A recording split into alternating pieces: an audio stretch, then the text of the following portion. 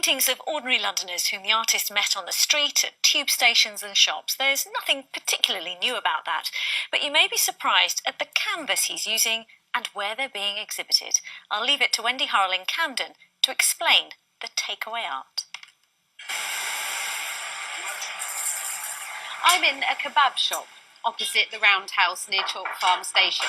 It's called Marathon, and it has a bit of legendary status in Camden Town because of this room here, back room to the kebab shop, which is where late at night you could have found people like Jarvis Cocker, Paul Weller, Keith Richards having an impromptu jam session. Well, this week it's going to be turned into an art gallery by this artist here, whose canvas is pizza boxes. They're just people I see around the place, people I just think look kind of interesting. I was actually having a pizza about 3 in the morning, and there was a guy in front of me, and he was like really forlorn, really miserable. Then he sat down in front of me to have his pizza, but the pizza box was like so happy with like crazy funny graphics. And I thought the two juxtapositions were quite kind of interesting.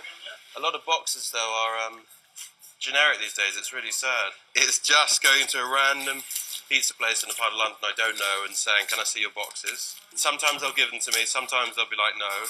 They look at me strange. Sometimes I have to explain why, as if, because they might think I'm like a health and safety inspector. And when I approached the majority of estate agents in kind of central London about empty space, and it fell on deaf ears, I thought, well, why don't I go see Mr. Marathon? Because he's very nice, and he's up for this sort of thing, and it works with the theme.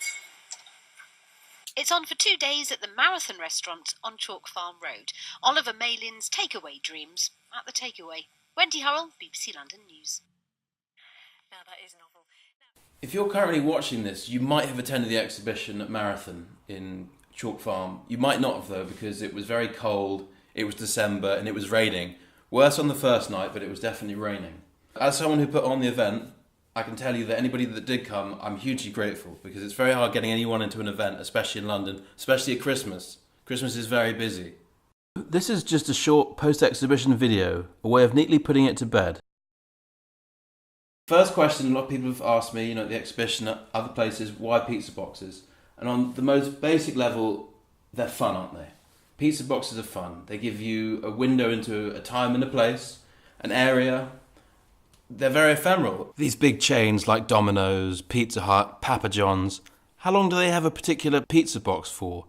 The length of a particular promotion? Is it Star Wars? A couple of months maximum? Then it changes.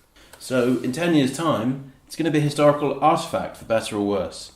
That's perhaps why pizza boxes and people, who exist in the same period of time, can be recorded together in this way. They both serve to contextualise each other, offering insight into an era where nothing seems permanent and everything is so fast-moving and confusing. Let's move on to Takeaway Dreams, the title of the exhibition and the central idea that runs throughout all the work. With all these people that I see around the place, some who are sleeping, some who are staring into a middle distance, some just simply daydreaming, I thought I detected some signs of hope.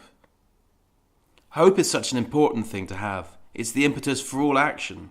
If we don't have hope, we don't do as much as we could, nor do we do those things that we might be scared of. Just look at those people who are depressed. They stay in bed because it's a safe place, but also because they feel hopeless. It's not good to feel hopeless. We need hope. A massive problem at the moment in society is the powers that be have orchestrated a greater level of animosity between those of us who are from different backgrounds and different cultures, which I think is absurd. We all share expressions, dreams, desires, fears, flaws. We're all bloody human. And like how most of us love pizza, irrespective of our race, gender or anything, we should all love each other in the same way, as cheesy as that obviously sounds.